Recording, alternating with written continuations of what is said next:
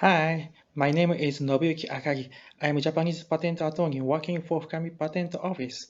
My majors are chemistry and material science. Today, I would like to talk about claim amendment in Japan. This topic is in response to a European patent attorney's request.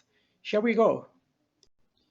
Claim amendment in Japan has these three characteristics. First, the requirements for claim amendments are different at each of the prosecution stages.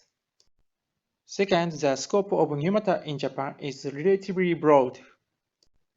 Third, the requirements for claim amendments after receiving a first office action are complicated.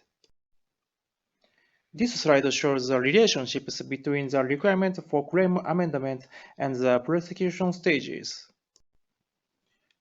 After filing a patent application before receiving a first office action, the claim amendments have to meet the requirements of new matter. The requirements for new matter in Japan depends on whether the claim amendments introduce any new technical matters. For example, introducing technical matters explicitly stated in the specification or obvious from the specification will not correspond to new matter. This slide shows an example of claim amendments regarding new matter. In this case, the claimed invention is directed to an email device extracting a format and sending emails to the multiple destinations. This claim amendment is made by adding a technical feature that the sender chooses a format. In this case, if the specification describes the email device extracts a format, but it does not describe a sender extract a format, this claim amendment will correspond to new matter. Therefore, this patent application will be rejected due to new matter. However, if the specification further includes Fig 5 and describes Fig 5 shows an example of a screen of a sender's email device, and this claim amendment will not correspond to new matter.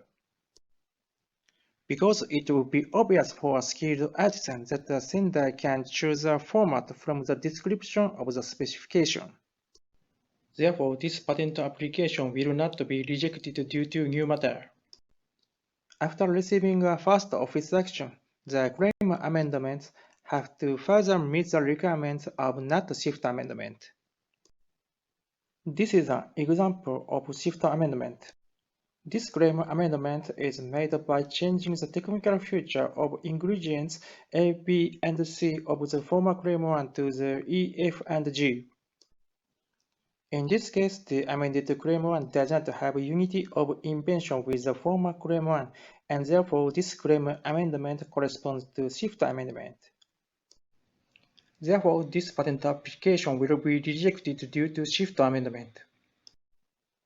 However, in this case, the amended claim 1 has the same special technical feature of the ingredients ABC as the former claim 1. Therefore, this claim amendment does not correspond to shift amendment because these claims have unity of invention. Therefore, this patent application will not be rejected due to shift amendment. Next, after receiving a final office action or a final decision for rejection, the claim amendments have to further meet the requirements of prescribed purpose amendment. The prescribed purpose amendments are limited to the four purposes as shown in this slide. Among these purposes, the most important purpose is the purpose B. As shown in this slide, the claim amendment for the purpose B have to further meet the four requirements. This slide shows an example of prescribed purpose amendment. This claim amendment is made by limiting a sensor of the former claim 1 to a thermocouple. This claim amendment corresponds to prescribed purpose amendment. Therefore, this claim amendment may not be dismissed due to prescribed purpose amendment.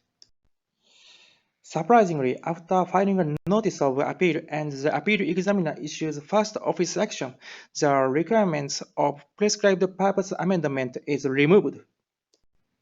In conclusion, I would like to give you the following advice.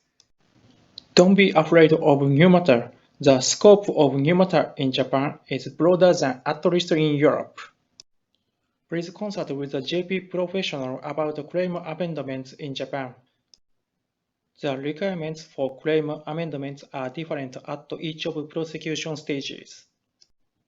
The requirements for claim amendments after receiving a first office actions are complicated. Thank you for listening to my presentation. If you have any questions, please feel free to contact us. Our email address is here. Thank you.